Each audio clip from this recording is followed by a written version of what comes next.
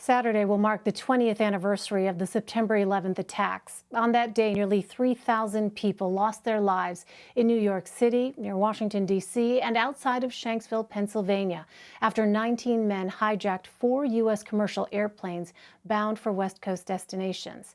Al-Qaeda leader Osama bin Laden orchestrated the attacks. As a result, former President George W. Bush created the Department of Homeland Security.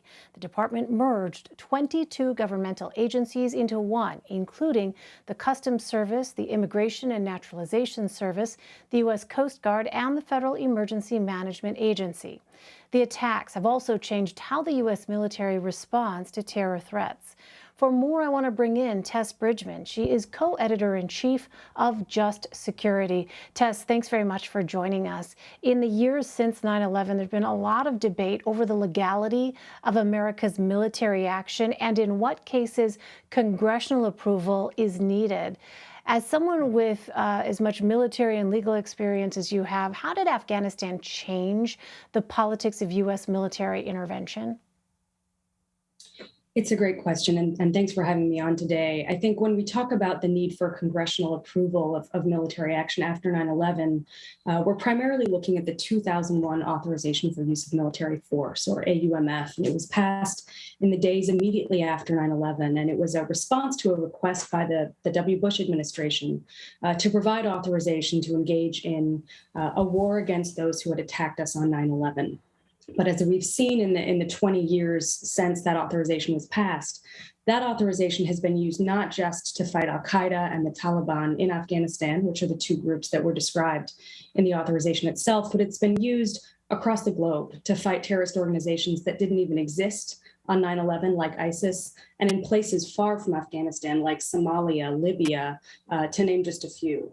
I think we've seen most recently in the tragic events at the Kabul airport that many of the Marines who lost their lives were infants or toddlers when Congress last voted on whether or not the United States should be using military force abroad as part of its counterterrorism efforts. I think there's a growing consensus on both sides of the aisle that that's untenable, that it's time 20 years later for Congress to speak and to give its own view of whether we should in fact be at war, and if so, with whom and where. I think it's pretty clear that not only do we owe it to our service members, but that's a conversation that's long overdue. Yeah, and can you talk a bit more about how the threat matrix against the homeland has changed in the past 20 years?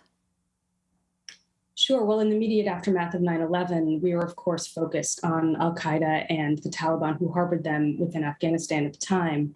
And that group, through a series of interventions and through its own splintering, was largely decimated. The core of al-Qaeda, as it's often referred to, has seen most of its leaders either killed or captured since 9/11.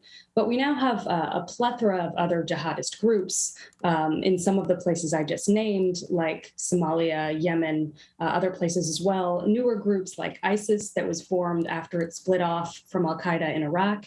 And those groups have become a concern to the extent that they have the capacity and the intent to target the United States. But I think it should be noted that not all terrorist organizations are bent on attacking the United States, and certainly not all of them have the capacity to do so.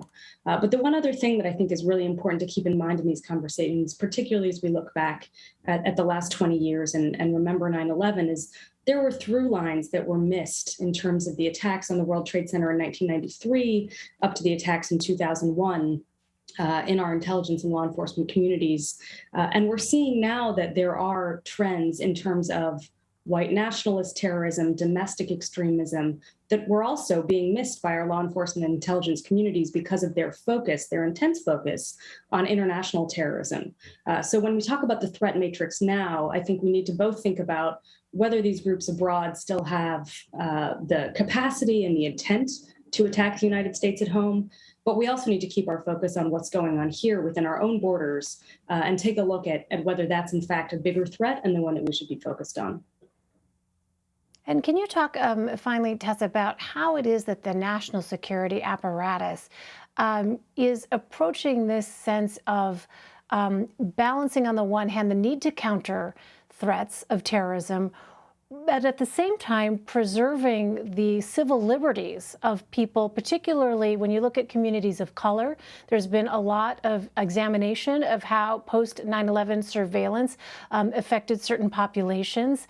Can you talk about that kind of difficult navigation that is taking place, or will need to take place here, even as national security officials try to address terrorist threats? Absolutely. It's a really important point. And we saw it not just with respect to surveillance, but a number of other post 9/11 counterterrorism policies that really were egregious abuses where communities of color bore the brunt. We saw that in arbitrary detention practices, warrantless surveillance, even state sanctioned torture, and other cruel and inhuman degrading treatment. Immigration policy, too, was cloaked in a national security veneer that I think further marginalized communities of color. We did see a little bit of a course correction in the Obama administration, at least in terms of thinking more critically about some of these issues, about how counterterrorism policies affect communities of color at home. But then in the Trump administration, we saw the pendulum swing right back. The so-called Muslim ban is a great example of how much work we still need to do if it's possible for that to happen still today in our country. I think the current leadership in the Biden administration is focused on this challenge. I think they're aware, especially of the need to ensure that there's more diversity within our law enforcement and intelligence communities. So unfortunately, it's something where I think we still have a long way to go, and it's good to maintain the focus on that issue. All right, Tess Bridgman. Tess, thanks very much for joining us. Thank you.